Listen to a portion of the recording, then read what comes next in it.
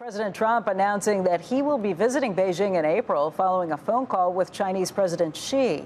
The two continued their discussions on China's agreement to purchase U.S. soybeans while the U.S. lowers tariffs on China. Joining us right now with more on the U.S.-China trade latest is Treasury Secretary Scott Bessent. And Mr. Secretary, thank you very much for being with us this morning. Good morning, Becky. Good morning, Andrew. Why don't we start with this latest, what we're seeing right now and what we've heard from this conversation with President Trump and President Xi. The readouts from the two countries were a little different. Obviously, the United States has a very important push on making sure that China does step up its purchases of soybeans. How is that going? Well, first of all, Becky, to set the record straight, President Trump initiated the call 30 days after the historic meeting in Busan, South Korea, between the two leaders. They have a great relationship. And as far as the soybeans, the Chinese are right on schedule in terms of the cadence of their purchases. Over the next 3.5 years, we're going to see the 87.5 million metric tons purchased by the Chinese, minimum, and they are right on schedule. There have been some reports coming from China where their take on this talk is a little different. At least what they emphasized in the talks was a little different. They bring up both Ukraine and the U.S. position and the Chinese position on Taiwan. What is the U.S. position on Taiwan at this point? U.S. position on Taiwan is unchanged. And on Ukraine, President and Party Chair Xi agreed that the peace in this Ukraine conflict, they must move forward, and they agreed to work together on it. Am I right to think that this is a truce, but maybe a little bit of an uneasy truce at this point? How secure and settled are you feeling with where we stand with China right now? Well, we have a 1 year, what I would say, pause. And Becky, what I feel very good about is the relationship between the leaders, because when the leaders can have calls like this at the highest level, then bad things don't happen. It was the strong relationship, President Trump showing leadership that sort of calmed things down between the two countries. And look, we're always going to be rivals. We're always going to be rivals. That's natural.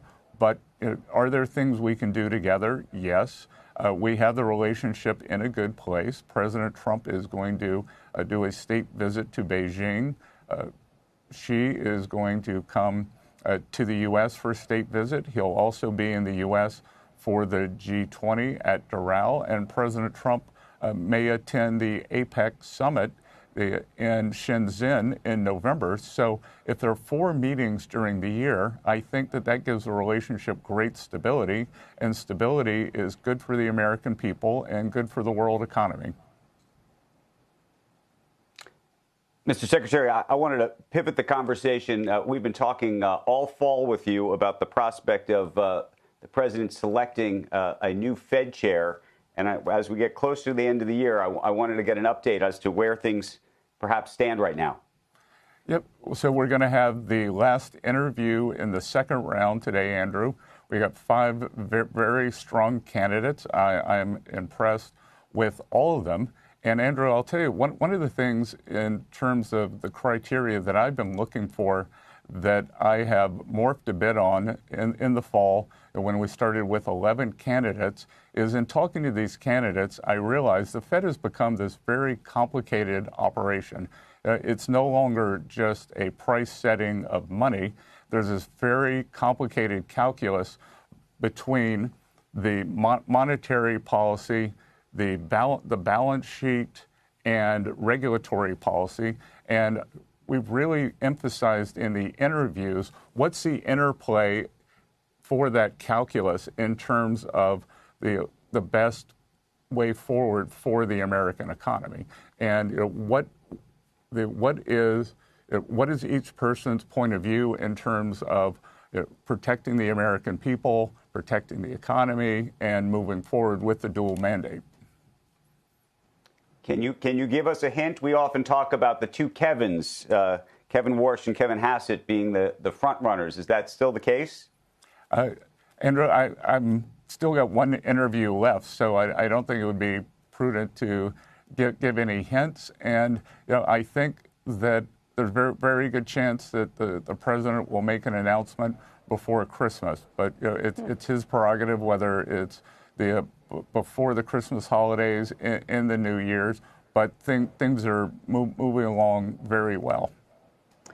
Mr. Secretary, last week, the president, I'm not sure if he was joking or how serious he was about it. He said he loves everything you're doing, but if you don't get the Fed to lower interest rates soon, he might fire your butt. Well, Becky, if you were in the room, he was joking, and again, I think that we've gotten to this point where monetary policy has gotten very complicated, and it's more than just cutting rates. We've got this balance sheet, and what are we going to do with it? The Fed has taken us into a new regime, and what is called ample reserves regime, and it looks like that might be fraying a bit here in terms of whether the reserves are actually ample in the system. There are all these facilities and operations, the standing repo facility, and I think we've got to kind of simplify things. The other thing too is that when you were on with Steve Leisman, you were showing all the Fed governors and the regional bank presidents kind of like baseball cards. And I think it's time for the Fed to move back into the background like it used to do, calm things down and work for the American people, set monetary policy on a good course. That this isn't this isn't sport, it's people's lives. And I think we just need to calm down. All these speeches by these bank presidents that are just redundant. Why don't they actually just come out and talk about the meaningful issues in the American people rather than a short-term view of the next meeting? Well, to be fair, the Fed governors, or the presidents of the banks at least, are hearing from people in their districts, and each of them may be hearing slightly different things about where the job market lays, where inflation lays, and that's probably useful information to hear from around the country. I guess my bigger question, no. But hold on for a minute, Becky. Yeah. Is that but that's not what they're talking about. That's not what they're talking about in their district. They're talking about some macro.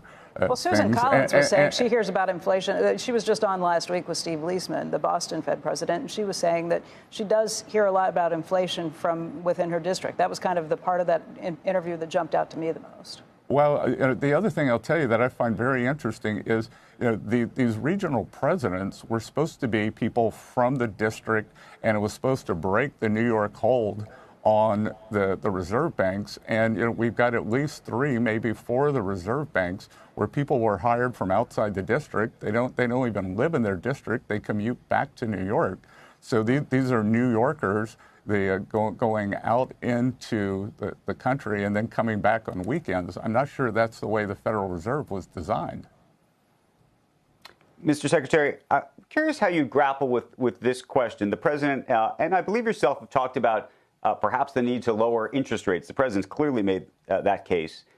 If you listen to some of these Fed governors, including Neil Kashkari and others, as they're trying to balance what appears to be an increase in unemployment, or seemingly a little bit more unemployment, against inflation fears, how do you balance that in your mind right now, given the sort of clash of those two issues? Well, Neil Kashkari is a regional bank president, not a governor. And what I think is interesting is that the governors seem to be leaning toward cutting rates. And again, Andrew, what I go back to is we've now got this very complicated calculus, and I believe when you're looking at monetary policy, what happened in the past. You try to have a view of what's happening now, and then you have a view of the future. And I think that the mistake that we're seeing a lot of times is either looking in the rearview mirror. We're flying a little blind with the numbers here, but we've had 2 cuts thus far. And what do we know? That this Schumer shutdown, the longest in history, has shaved 1.5% off GDP, at least an $11 billion permanent hit. So we know the economy hasn't gotten better. So I'm not even sure what the discussion is here. And Mr. Secretary, I had actually maybe a curveball, maybe not. It was a curveball, I think, for all of us. I was curious what your reaction was watching the meeting between the president and the mayor-elect of New York, Mamdani. We've talked about the mayor-elect, us on the air before, and some of the president's views about socialism and the like. It does seem like they were at least buddy-buddy on the issue of affordability. Well, Andrew, I was in the room, and I think that you've got to have some admiration for a candidate who ran a campaign the way he did. It was a great campaign.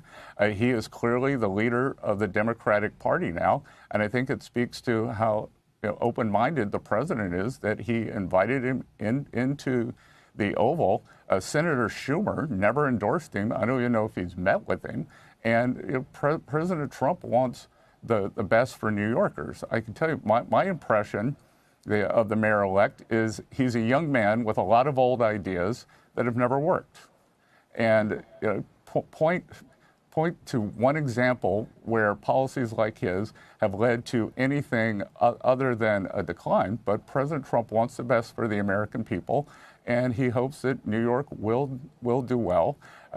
It's easy to run a campaign, but the practical everyday of keeping people safe, picking up the trash, making the subways run on time, we'll see. Secretary Bessent, affordability has certainly been the key word, particularly since those elections, not just of Mamdani, but of the Democrats who won in both New Jersey and in Virginia. And there are a lot of questions about how to get our arms around those things. Healthcare is a big issue. The ACA tax credits being a big issue, too. There were reports that yesterday the president had been considering saying that he would extend the Obamacare tax subsidies, at least for a year, until things can get worked out. MS Now and other places are reporting that that was kind of shut down. But I wonder if you could tell us what the administration's plan is on this front, what you think the best way forward is, just in terms of trying to figure out what to do on both a short-term and a long-term basis. Well, let's go back and just talk about affordability. On March 12, 2024, I wrote a piece that got published, and it was on the three I's that were hurting the American people. It was immigration, interest rates, inflation. We can come back to it. I would add the insanity, and the insanity on the Democratic side. So we got four I's. This mass unfettered immigration is now under control. The border secure, which said couldn't be done. That was putting substantial downward pressure on working class wages, upward pressure on rent for working people. Two, interest rates have come down. The bond market's had its best year since 2020, so you can mark those off. And now we're working on the inflation and this insanity of the Democratic Party shutting the government down. Now we've got this brinksmanship. They wanted, we'll reopen the government if you'll talk about health care. They wouldn't, and now here we are, kind of on the eve. But I'm not involved in the conversation. I know President Trump wants working Americans to keep more of their money, cut out the insurance companies, and we'll see. He's the president of solutions, and I'm sure that we will have a solution to this. The front page of the Wall Street Journal has an article today talking about how the economy is kind of addicted to AI spending. It points out that business investment in AI might have accounted for as much as half of the growth in the gross domestic product, adjusted for inflation in the first 6 months of the year, and questions whether, if growth in that sector slows down, whether it tanks the entire economy. What's your thought on that? Yeah, so Becky, 2 weeks ago, I was at my hometown in Charleston, South Carolina. Boeing was doing a substantial expansion of their plant for the Dreamliner, 1,000 new, great high-paying jobs. And I think next year, all the trade deals, and thanks to the tax bill, we're going to see a broadening out of the CapEx cycle. So what we are seeing is that CapEx is spreading out, and historically, CapEx always leads to more jobs. This AI build-out has been tremendous. It will continue to be. And, I would echo what my friend Joe Lonsdale said, that in the competition with the Chinese, this is pass-fail. That if we don't maintain our AI leadership, then everything else we're doing will be put to the side. But I'm very excited about the prospects for substantial non-inflationary growth last year, because also the deregulation is going to kick in.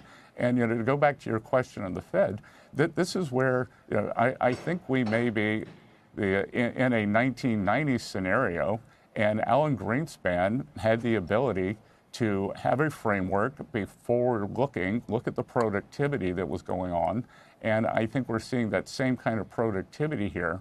So that's why I think you can have lower interest rates, higher growth, and higher productivity. Secretary Bessent, thank you for your time. We appreciate it, sir. Good. And tell Joe I hope he feels better.